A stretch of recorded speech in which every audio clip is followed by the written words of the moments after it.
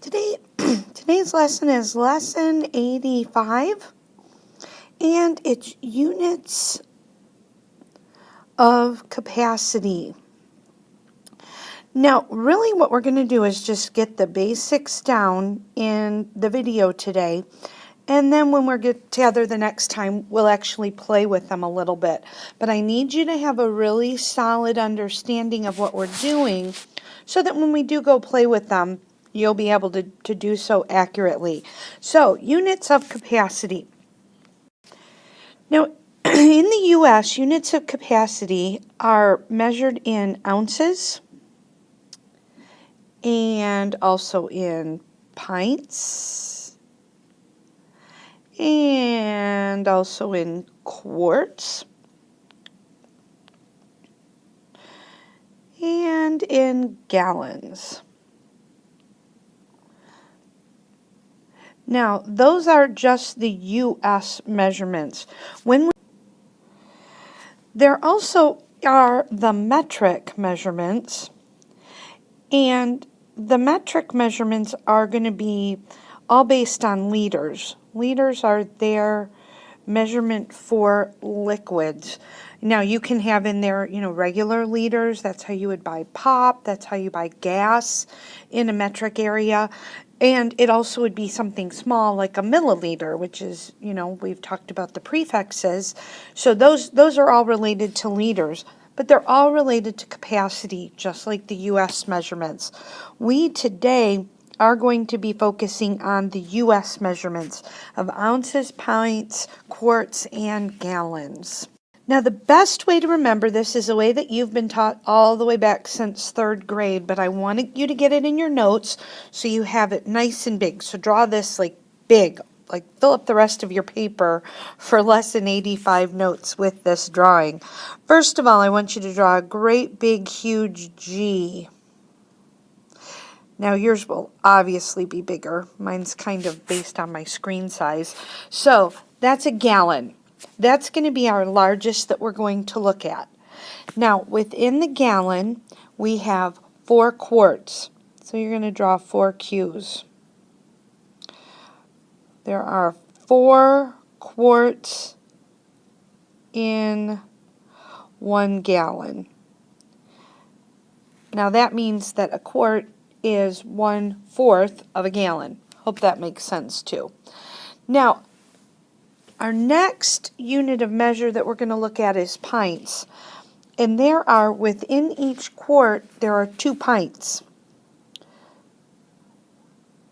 So, 2 pints equals 1 quart. 4 quarts equals 1 gallon. Now, just so that you're getting things in your mind, if I were to ask you 1 quart is what fraction of a gallon, you would say it is 1/4 because there are 4 of them. So, my next question to you is 1 pint is what fraction of a gallon? Well, I hope you wouldn't tell me 1/2 of a gallon, because it's 1/2 of a quart. But there are 1, 2, 3, 4, 5, 6, 7, 8 pints. So 1 pint is 1/8 of a gallon. So you got to see how that they're all related together. So if you're buying a gallon of milk, you're actually getting 8 pints of milk. You are getting 4 quarts. Now the quart one is easy because quarter, 4th, 4 quarts of a gallon. Now inside each pint, we have to draw cups. Now each cup, there are going to be 2 cups in each pint. So inside each P, go ahead and put 2 C's. So there again, you can see that, for example, when you buy a gallon of milk, you're getting 2, 4, 6, 8, 10, 12, 14, 16 cups of milk in your whole gallon. So 1 cup is 1/16 of a gallon. 1 cup is 1/2 of a pint. 1 cup is 1/4 of a quart.